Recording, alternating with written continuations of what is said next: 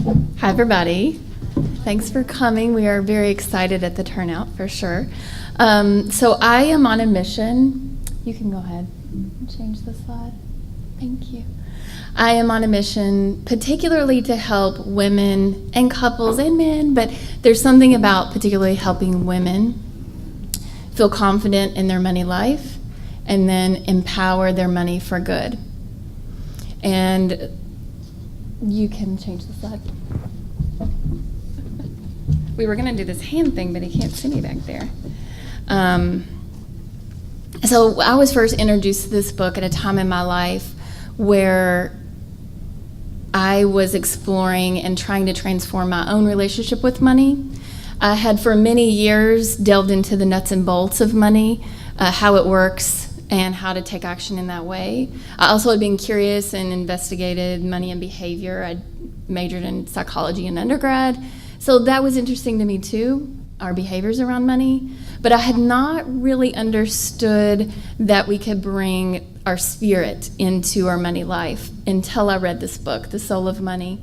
And that's really when Lynne Twist helped me kind of delve into my own soulful relationship with money, which felt very natural and organic, but just had not, I had not brought it in such a conscious way yet in my life until I read this book. So because of what the kind of person Lynne is, as you get to know her in the book, she just seems very authentic. She walks her talk. The scope of work that she's done in the world, the impact that she's had for decades and decades in the world, you learn all of this in the book, or you can watch her videos on YouTube. She speaks on, had some great, if you haven't read the book, that's a great way to just get some introduction to her and who she is and what she's about. And then also just reading about what she really means by this soulful way to be in relationship with our money. All of those things just help me open up to this possibility that I can have a more conscious relationship with money. And so I now deeply believe that money can be a sacred tool. Often people, in our culture, that doesn't feel very true most of the time, especially in the past. But I think we are starting to wake up to this possibility and bring more consciousness into actually bringing our values into our money life in a way that it truly is a sacred tool. And so, will you go back, please? Yeah. So I've created this framework to help people start to think about, all right, what are the areas of my money life? And how can I start to bring in my values into these different areas of my money life? So you can see the different petals of this graphic are the different areas of your money life. So what you buy and how you spend money, where you bank, where you keep your savings, what kind of credit sources that you have, how you invest, how you give and where you give, and then how you bring income into your life or earn money, your work in the world. And so a lot of us are first introduced to the idea on some level, I think, through the top one, how you spend your money or what you buy or what you don't buy.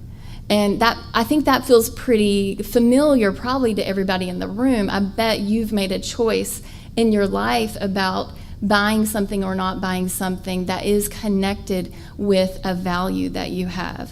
So it might be simply buying fair trade coffee or chocolate instead of coffee or chocolate that's likely been sourced through exploitive means. It might be things like going to the farmer's market and buying, like we have here from Farm to Fork Catering. She sources in a very conscious way. How that she knows her farmers, she knows how they farm, what they're using or not using, the health that she brings to us when she feeds us this food. So I didn't plan that, Sherry, but it's a great example.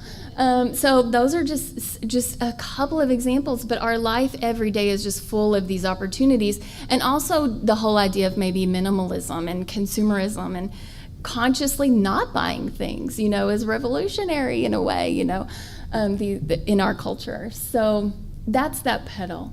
And we could do a whole thing on this whole graphic, a whole workshop.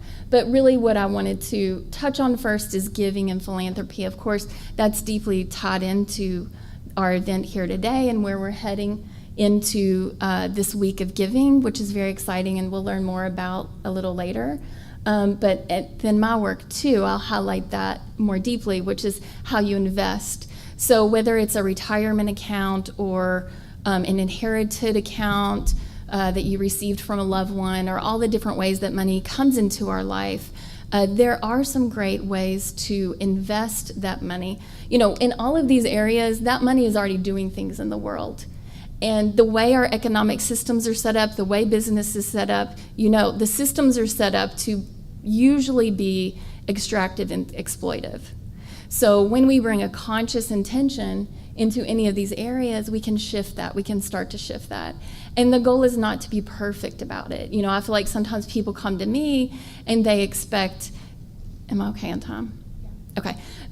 They expect that this is going to be a pure and perfect thing. And that's not the case. None of these things can be pure and perfect, but they definitely can be better. And so the space that I work in, how you invest, it is a better way that does better connect with what matters to you. Okay, will you change the slide, please? So Lynne, one of the chapters that Lynne has in the book is called Taking a Stand.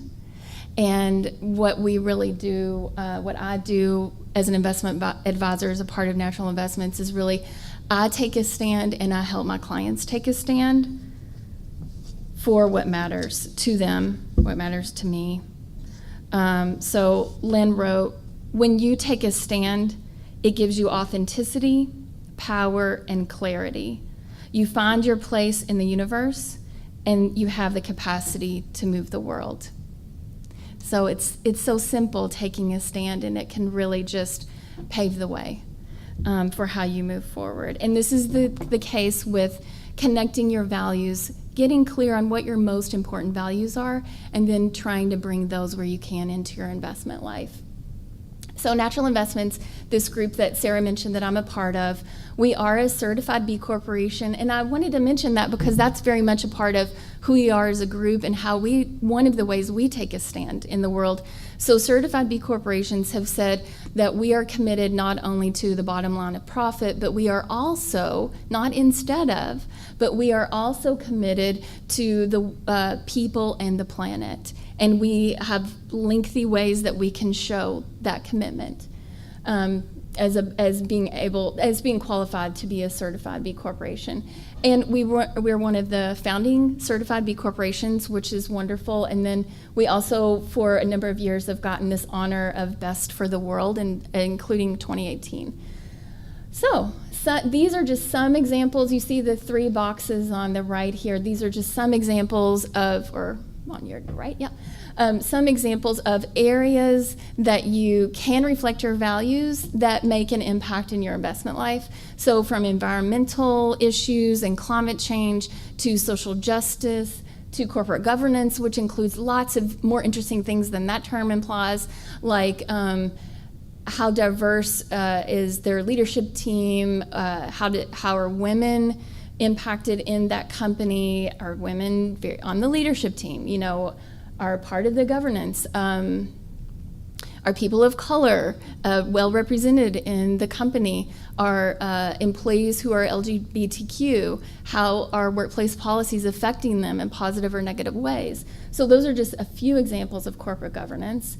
And then community investing is one area that we focus on, and that can affect lots of things, but some things are affordable housing, schools, and healthcare centers. And then we also have investments that connect to regenerative agriculture, sustainable forestry services, water conservation, and renewable energy. So just a taste there. So this just starts to give you an idea of what is possible to take her concepts and the inspiration you get from reading the book and making it a reality, taking real concrete action in your life and in your money life. Thanks.